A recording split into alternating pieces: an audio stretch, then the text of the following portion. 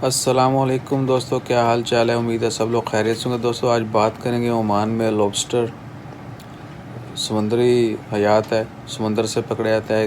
Like झींगा कह लें, कीड़ा कह लें, केकड़ा कह लें, उस तरह का एक होता है लॉबस्टर के नाम से। मुझे उर्दू या पंजाबी नाम नहीं आता है उसको, लॉबस्टर इंग्लिश में बोलते हैं। बहुत ही ताकतवर है, जिनको पता है उनको तो फिर पता ही है।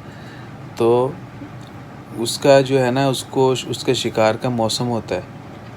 ओमान में जो उसका शिकार किया जाता है वो मार्च से मई, यानी मार्च अप्रैल मई 3 महीने जो हैं उसको पकड़ा जाता है और बाहर सेल किया जाता है मार्केट में। तो आज संडे 31 मई है, आज उसका आखिरी दिन है।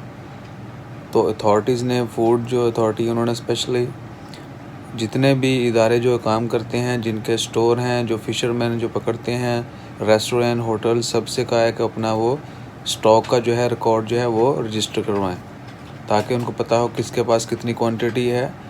और उसके बाद जो है फिर मॉनिटरिंग शुरू होगी, और जो भी हैंकी पैंकी कोई शायद कम जो है हुआ तो फिर वो एक तो करप्शन में आएगा, दूसरा उनको पता चल जाएगा कि उन्होंने आउट ऑफ सीज़न जो है उसका शिकार किया।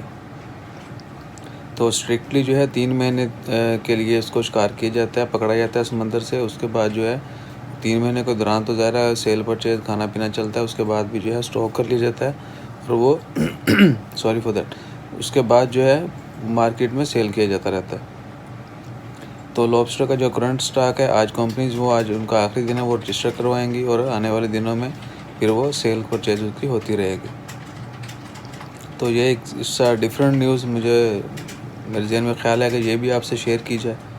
तो इसके अलावा सिर्फ लॉबस्टर नहीं, और भी बहुत सारी चीज़ों का, डिफरेंट टाइप्स की जो मछलियाँ हैं उनके भी सीज़न है कि इन दिनों में जो उसका शिकार करना है और बाकी दिनों में नहीं करना है, क्योंकि इन चीज़ों के भी अफजाइश के जो हैं दिन होते हैं, इसलिए उनको अफजाइश के दिनों में जो है शिकार नहीं किया जाता है। तो लॉबस्टर का जो है आज आखिरी दिन है।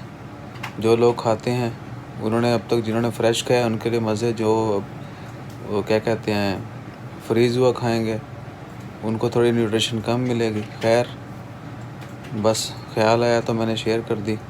अपना ख्याल रखें, दुआओं में याद रखें और ज़्यादा से ज़्यादा दुआ करें कि अल्लाह ताला कोरोना की वबा को ख़त्म करे।